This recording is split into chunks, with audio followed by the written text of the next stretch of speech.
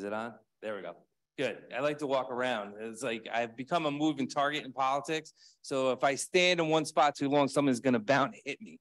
But I do want to say this is awesome. But I do want to give a huge shout out to Larry Slacky. He's our director at our nursing home. Larry, thank you for your leadership over the years. You inspired new visions of doing things and turning stuff around. Truly going to be missed. But thank you again for your leadership out there. Is Greg Olson still in the room from the state? Is he around here? He leave already? He spoke. Oh, you're on Facebook Live. I do want to say thank you to him because through COVID, coming out of COVID, his leadership through the state really helped us because it takes partnerships. And that's what I like to say. It takes a lot of partnerships to make things happen, but also thinking outside the box. And we have over 60,000 residents that call Albany County their home. The statistics are showing that, 29%, we're going to live 29% longer, and that aging population is going to get older. And the way we do business, we have to change it. And that's what we've kind of done, like take the walls down. And I moved our aging department out to our nursing home to not just coordinate with the people that call our nursing home, but with their families and to really engage seniors and how we can look at things differently. We had the conjugate mail sites that we said, all right, this is great. And we have to lower the threshold because there's people that don't qualify to go there, but it's their only interaction in the community when they see people once a week or twice a month, and they can be checked on. So, and the other thing we did was there's a lot of seniors that would love to go to dinners with their neighbor, their family, but they can't afford it.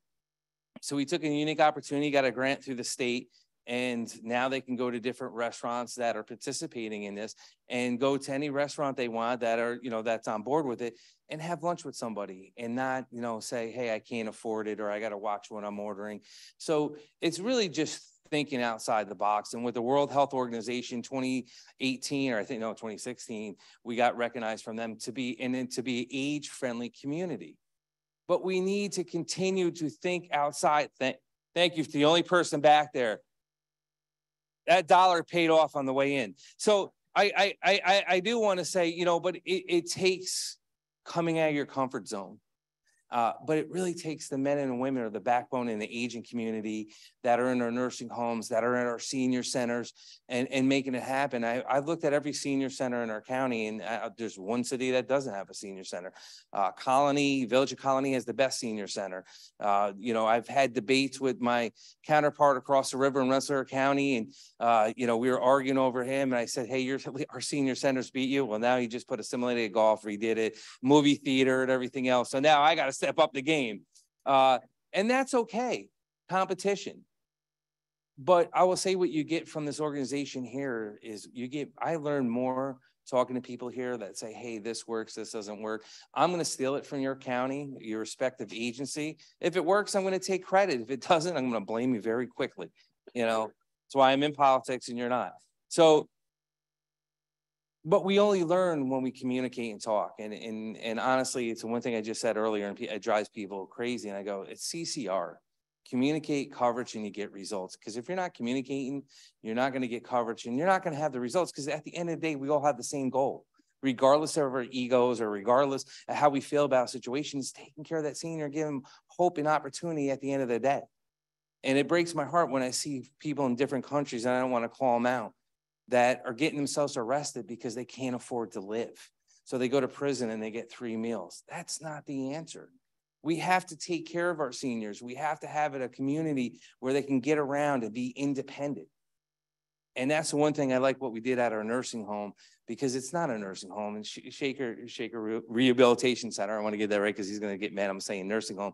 But the rehabilitation that we put on there, the outside wing that we put on there, so people can come there and hang out. And I can assure you, before we invested over $90 million in that, people weren't staying long to see their loved ones. Now they go there, they hang out in the courtyard. We have luau's, we have cookouts, a variety of stuff going on. But again, it's always thinking outside the box. And we just, we'll be doing official ribbon cutting in September. We added a daycare center onto our nursing home.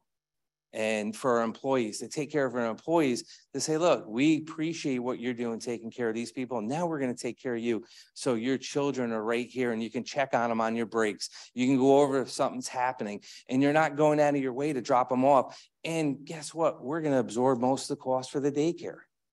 Because at the end of the day, I can sit there and say, well, I got to raise taxes. I have to do this. I have to do that. But actions speak louder than words. And that's one thing I want to say about Larry and the whole staff out there, and my whole staff, my deputy, Dan Lynch, County Executive, and my whole team. We figured it out. The model we did with our daycare at this facility is a model that can be used across the state of New York for government-run facilities and private-run facilities.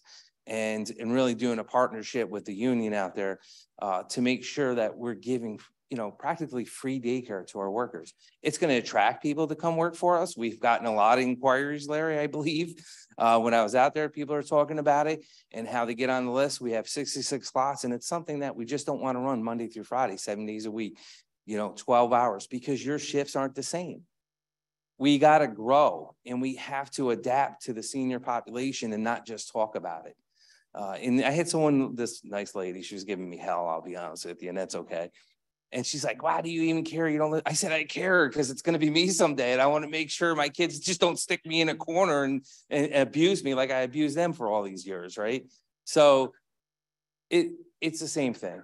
We really can't, as dollars gets tougher, the economy's changing, things are getting more expensive. But what we can't cut is the care to our seniors. And we can't. We have to invest more and take care of them. So I do want to say to everyone, I told you I was going to be quick, like a politician. I'm at the mic. You ain't getting it back. In all sincerity, I appreciate everything that everyone does in this room, everyone on Zoom, because it's meaningful when you help somebody. And you're probably never going to know everyone you helped out or changed their life. And there's probably families that say, hey, Jill, Rob, whatever, did this extraordinary thing, and you're not going to know it.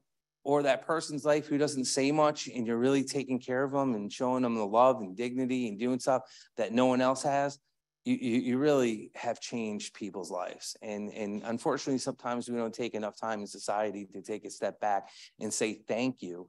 I appreciate what you're doing. We all get busy. But trust me, that senior knows at the end of the day if your heart's in it or if your heart's not in it. So again, my hat's off to you, and I sincerely want to say thank you, thank you, thank you for everything that you do.